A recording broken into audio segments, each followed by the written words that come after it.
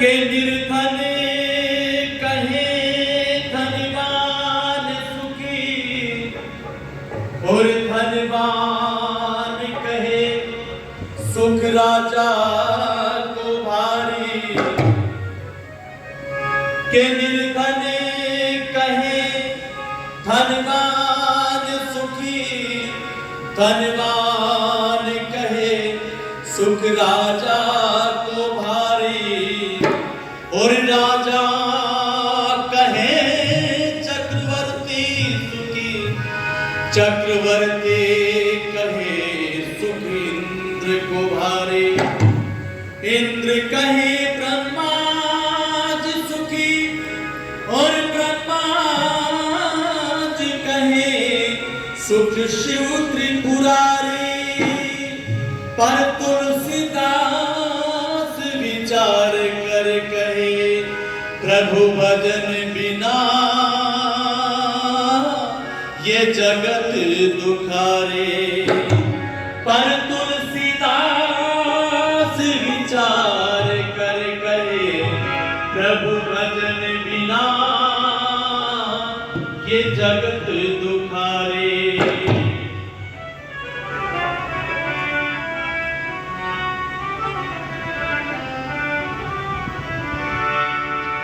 कि जब उसका कोई रूप नहीं है, जब उसका कोई रूप नहीं है, किसको भोग लगाऊं। जब उसका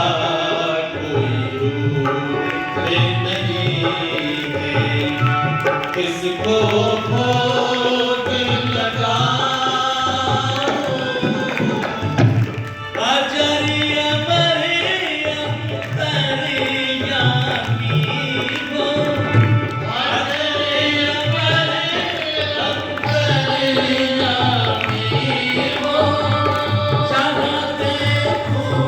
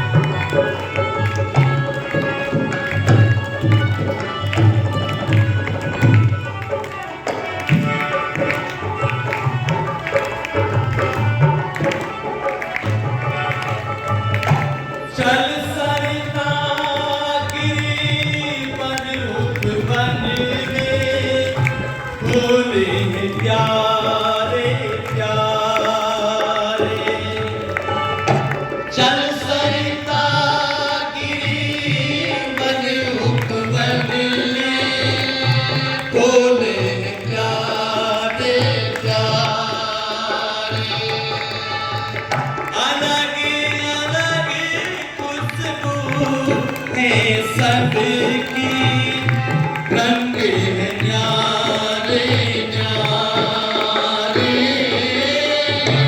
अलग अलग खुशबू है सबकी रंग है न्यारे न्यारे पात पात में नात रमाए पात पात में नात रमाए कहाँ पर पूजन जाओ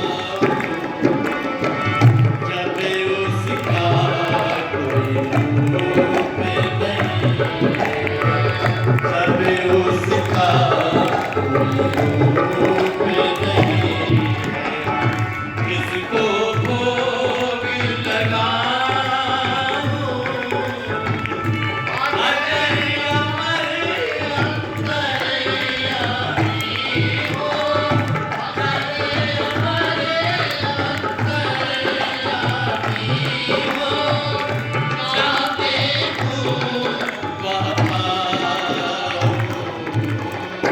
जब उसका कोई रूप नहीं जब उसका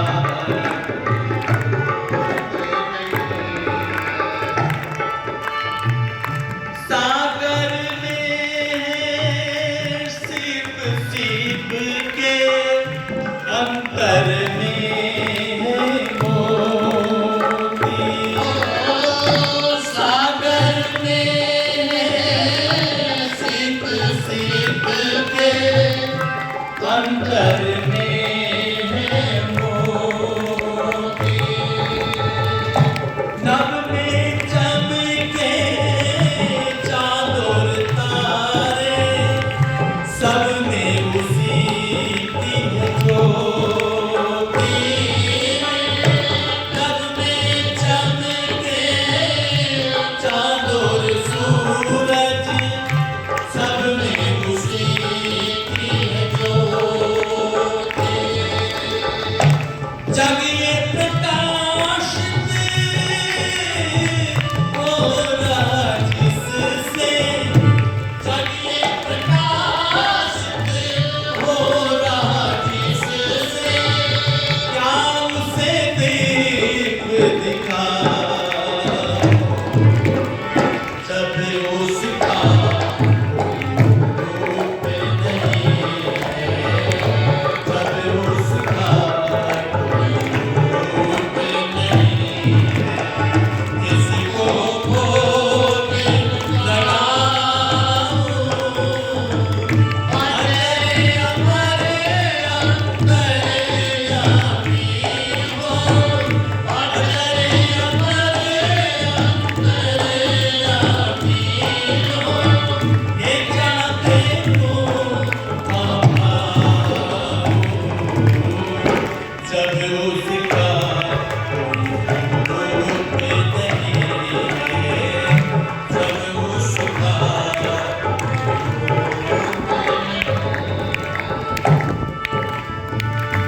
सारे ही संसार को रचता और प्रलय करता है सारे ही संसार को रचता और प्रलय करता है जागता है वो न सोता कभी भी और न कभी मरता है जागता है वो न सोता कभी भी और न कभी मरता है होवे जन्मा जन्म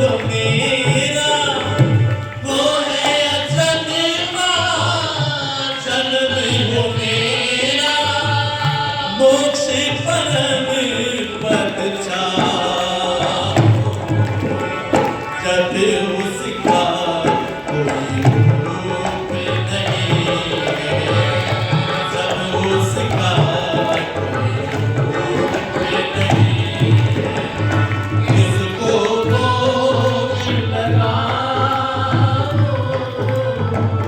अरे अमरे जब उसका कोई रूप नहीं है,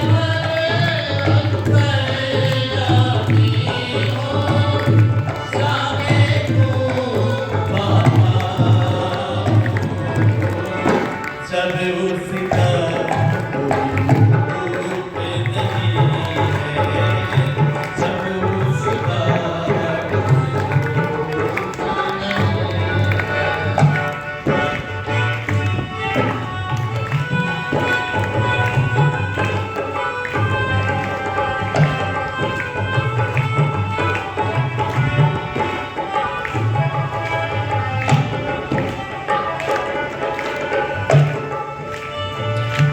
मक्खन में धृति तेल तिलों में जैसे जमा हुआ है, मक्खन में धृति तेल तिलों में जैसे जमा हुआ है, ऐसे ही पावन परमेश्वर जग में रमा हुआ है, ऐसे ही पावन परमेश्वर जग में रमा हुआ है, कर्मठ पास है मेरे प्रियतम, कर्मठ पास है मेरे प्रियतम, मन को अगर बिकाओ, जब उसका कोई रूप नहीं है, जब उसका कोई रूप नहीं है, किसको भोग लगाओ, अजरे अमरे अंतर्यामी हो, अजरे अमरे अंतर्यामी हो, जहाँ देखो वहाँ पाओ, जब उसका कोई रूप नहीं है, जब उसका कोई रूप नहीं है।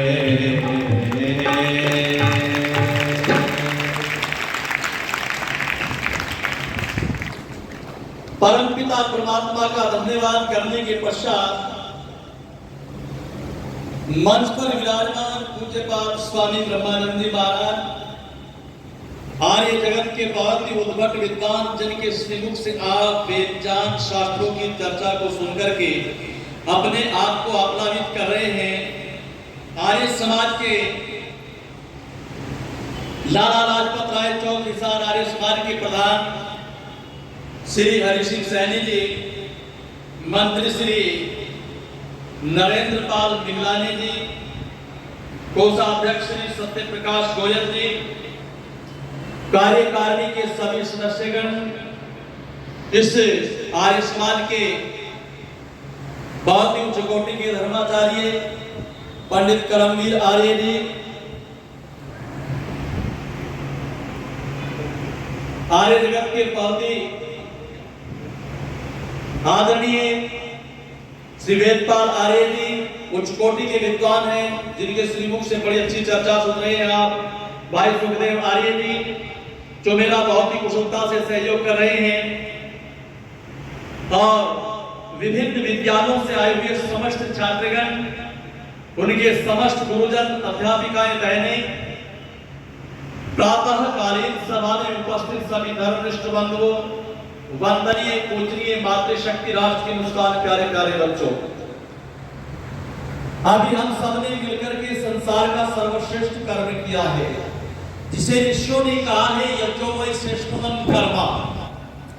वास्तव में ये हमारे ऋषियों ने एक ऐसी विधि तैयार की है जिसमें जड़ और चेतन दोनों देवताओं को हम क्या है, हम ये यज्ञीय प्रसाद खिला सकते हैं और फिर उनका हमें आशीर्वाद प्राप्त होता है, उसका हमें सुख प्राप्त होता है।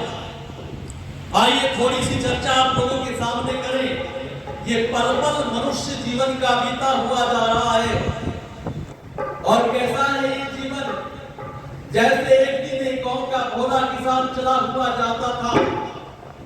प्रातःकालीन का समय था, सड़क पर उसने जाकर के देखा एक बहुत सुंदर कांच का टुकड़ा पड़ा है, बहुत ही सुंदर वह कांच था।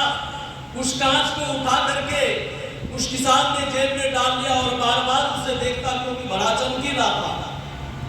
तो पास में एक बाजार लगता था, एक दिन उस बाजार में पहुंच गया वह किसान और जब वह बाजार में पहुंचा तो एक दुकान के सामने जाकर के कहने लगा कि मैं ये कांच का टुकड़ा बेचना चाहता हूं। 5-4 उसी प्रकार की दुकानें थे, तो उसे एक चौरी ने देख लिया जो सुनार था और चौरी ने आकर के कहा अच्छा कांच का टुकड़ा है आपके पास, दिखाइए। अब उसने देखा कि ये कांच का टुकड़ा तो नहीं है, ये तो बेशकीमती हीरा है, इसकी तो कीमत जो है वो करोड़ों में है। उन्होंने कहा अच्छा एक बात बताओ ताऊजी, ये आप कांच का टुकड़ा कितने का दोगे? उसने कहा 500 रुपए का दूंगा। उसने कहा कांच ही तो है। गौरी ने कहा कांच ही तो है ताऊजी, आप इसकी कीमत 500 रुपए मांग रहे हैं, मैं तो इसकी ज्यादा आपको 100 रुपए दे सकता हूं। उसने कहा नहीं 100 में तुम्हें नहीं दूंगा। आगे एक व्यक्ति के और पास पहुंचा, उसने 200 रुपए लगाए, लेकिन आगे पहुंचा ये व्यक्ति भी बहुत बड़ा चौरी था शहर का, इसने उस कांच के टुकड़ा जो दिखाया किसान महोदय ने, उस टुकड़े को देखकर भी कहा चौरी ने, उन्होंने कहा भाई साहब बेचना चाहते हो? उसने कहा बेचना चाहता हूं। तो उसे देख करके कहने लगे अच्छा बोलो, अच्छा क्या चाहते हो? उसने कहा 500 रुपए, क्योंकि उसे तो पता था ये तो कांच है। बोले 500 रुपए। अब इस चोरी ने सोचा कहीं मजाक कर रहा है, बोले जी 500 नहीं, मैं इसके आपको 20,000 दूंगा। बोले 20,000?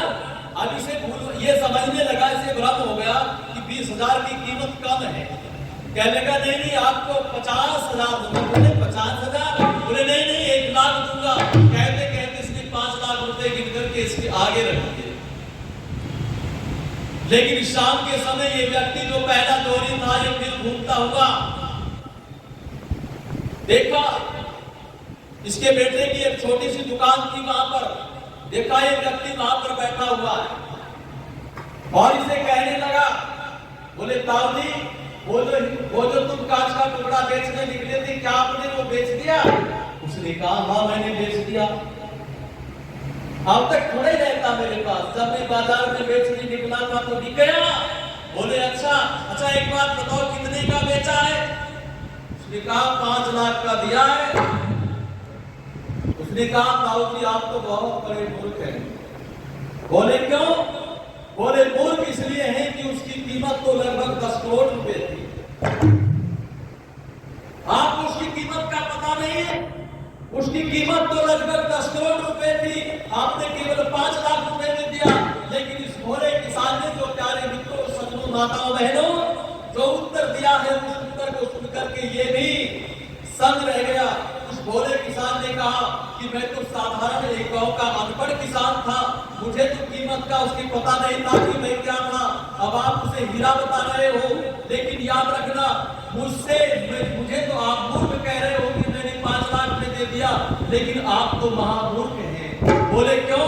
बोले मुझे तो पता नहीं था कि ये हीरा है, बेशकीमती हीरा है, परंतु आपको तो पता था इसकी कीमत क्या है। इसलिए एक काम करो, मुझसे बड़े महामूर्ख आप हो, आपको तो 500 रुपए में मिल रहा था, आपने उसे नहीं खरीदा। आप कीमत जानते हुए उसकी वायु जांचते हुए भी नहीं ले सके। तो कहने का अभिप्राय ये है प्यारे सज्जनों, हमें जो ये मानव का जन्म मिला है ये मनुष्य का जो अनमोल चोला मिला है, इसकी कोई कीमत बोलो नहीं दे सकता। और कहना पड़ेगा